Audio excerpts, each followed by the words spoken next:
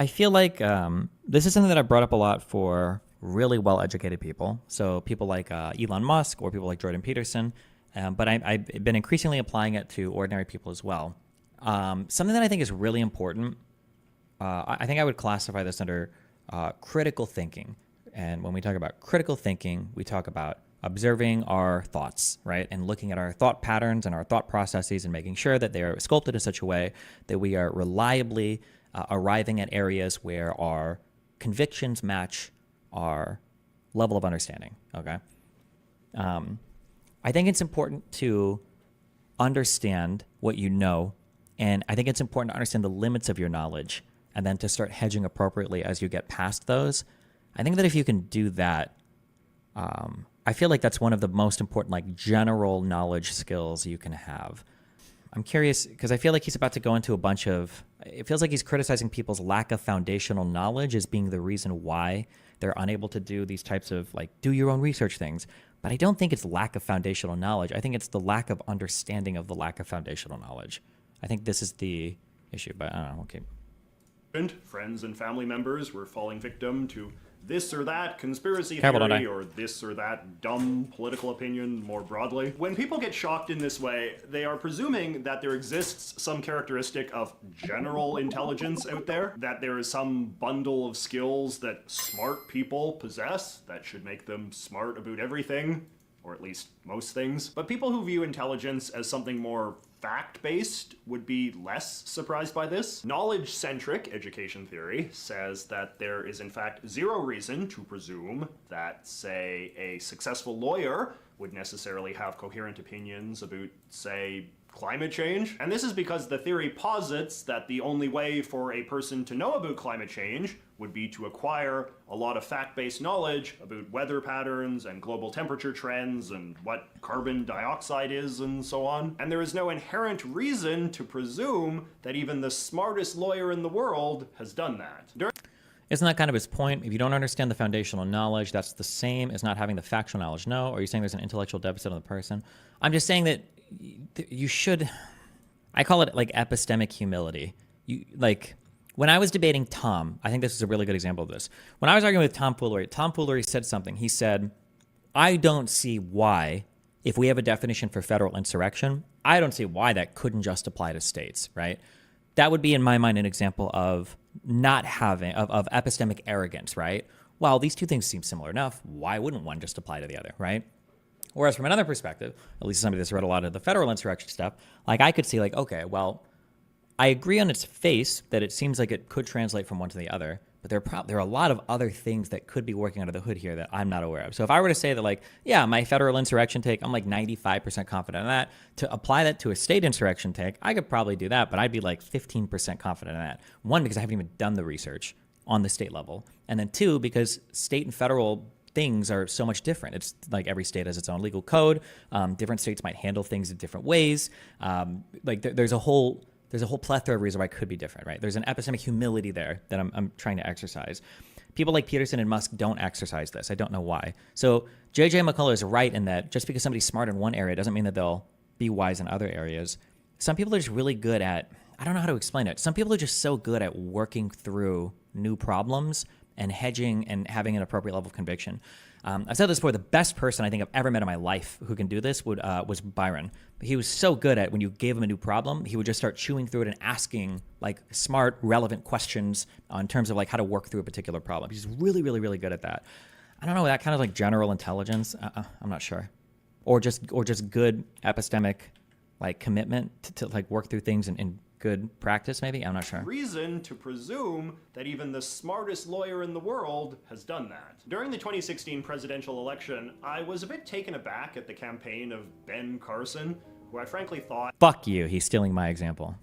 ...had a lot of pretty dopey and even somewhat childishly simplistic political ideas. I think Trump even called him Sleepy Ben or something because of how head in the clouds he often seemed. Which was odd because Ben Carson is one of the most accomplished brain surgeons in the world, a job that is literally synonymous with genius. But then I read some Fuck.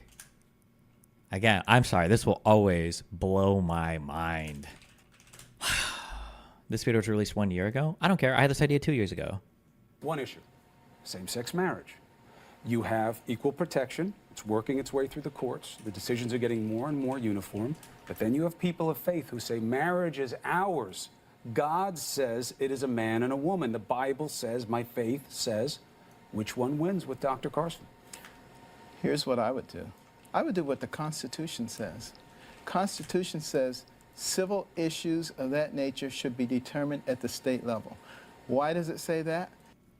That is not true. Oh my God. Civil issues of that nature. Well, hold on. Wait, how did gay marriage happen? My guess now, without having read the gay marriage case, was this a 14th Amendment equal protections thing? Seems like it would be equal protection. Seems like it would be very obviously equal protections. You're extending benefits to people in a statutory or at least regulatory manner for straight couples. 14th Amendment, I feel like would obviously say equal protections would obviously say you would have to extend these same benefits to gay people. That'd be my guess. But I haven't read through that case. But remember that when you say, just as a quick thing, when you say the Constitution, okay. Sometimes when I hear people talk, it sounds like people are saying this. This is going to sound very nuanced, but it's not. It's important, okay? Or it's going to sound pedantic, but it's not. Sometimes people will talk about like the Constitution, and then they'll talk about like amendments, and then they'll talk about like the three branches of government, okay? These two things are one and the same. If something is in an amendment, it is now in the Constitution. An amendment is not a bill. It's not a plus. It's not an add-on or whatever. It's an amendment. You're amending. You're changing the original document. The Constitution is the amendment. Every amendment is the Constitution. Don't ever forget that, okay? Just as a heads up. All right. Issues of that nature should be determined at the state level. Why does it say that? Because the judicial system at the state level has to answer to the people. What if people of a state vote for... State level. The Constitution says civil issues of that nature should be determined at the state level. Why does it say that? Because the judicial system at the state level has to answer to the people. What if people of a state vote for a law? The federal courts have to answer to the people, kind of. I don't know what he's saying here. The state level has to answer to the people. What if I don't know what that people means. of a state vote for a law 100-0 that winds up infringing on the rights of a minority, like happened very often with slavery, like many would argue is happening now with people who are gay? Then it would be equal. It would be equal protections, right, and due process, right? And our Constitution was followed, and we corrected those things. And isn't that what's happening right now? Yes, that is correct. Good job. I always forget which Cuomo this is. Is this Chris or is this his brother? Same-sex marriage is being corrected as a form of violation of equal protection. No. Oh, good job. You can't just say because it happened that way this time, this is the same situation. It's not the same situation. Because people have no control. Hold on, wait for this. Over What? their Wait for race, this. for instance. Wait, You think hold they have on. control over their sexuality? Absolutely. You think being gay is a choice? Absolutely. Why do you say that? Because a lot of people who go into prison straight, and when they come out, they're gay. So did something happen while they were in there? Most Ask yourself gay that people question. never go to prison, Well, and you know but there's a whole theory of I said- dominance. wait a minute. I you know. said a lot of people who go in, come out. Are you denying that that's true? I am No, not you're not. denying that that's true, but I am Okay, denying but that that's as a if, basis of understanding in fact, homosexuality. If in fact that is the case, then it obviously thwarts what you just said. A lot of people go into jail as a drug addict and they come out as a criminal. But Does that here's- mean that all drug addicts are Here's criminals? what's important.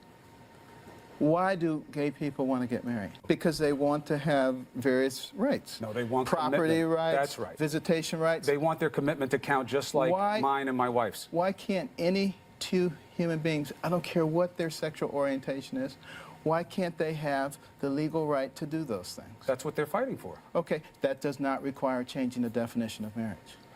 But it would require covering that union as you do others, which is called marriage in our society. I don't think so. Okay. Just as a showing like how crazy somebody could be versus how skilled they could be in a certain area, right? In 1987, Ben Carson was the lead neurosurgeon of a 70-member surgical team that separated conjoined twins Patrick and Benjamin Binder, who had been joined at the back of the head.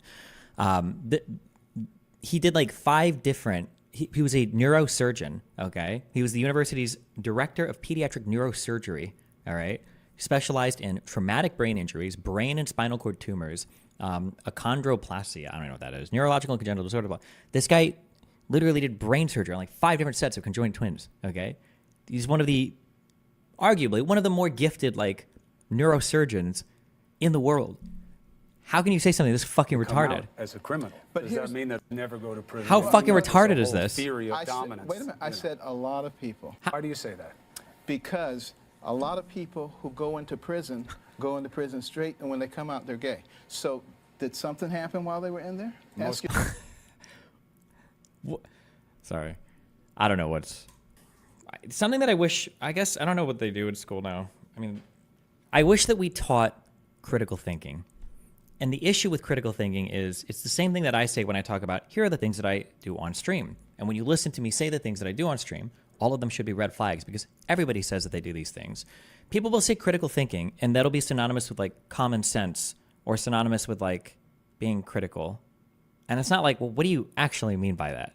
What do you like when people teach critical thinking, they need to have like an array of things that they teach to show you like in my opinion, a whole bunch of stuff related to teaching about how your memory works is important, right? Showing that you, being able to demonstrate to somebody that you selectively remember events. These are really, really, really powerful things. I think at a very early age, it should be instilled in you that you cannot trust your memory that well.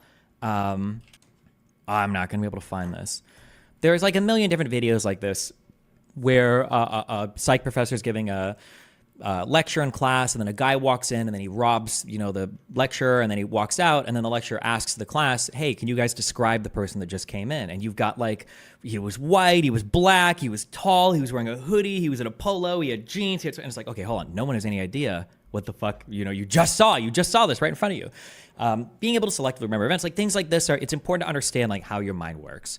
And then when you're walking through like reading media, well, how do you choose which things to read? How do you choose which things to believe? How do you even go about performing a search on a search engine? Like, how do you know that the information you're reading is good? Like, these are all good critical thinking skills. But whenever I hear people talk about critical thinking, like they never give any examples of critical thinking. They just say like, at most they'll say like common sense. It's like, well, what does that mean?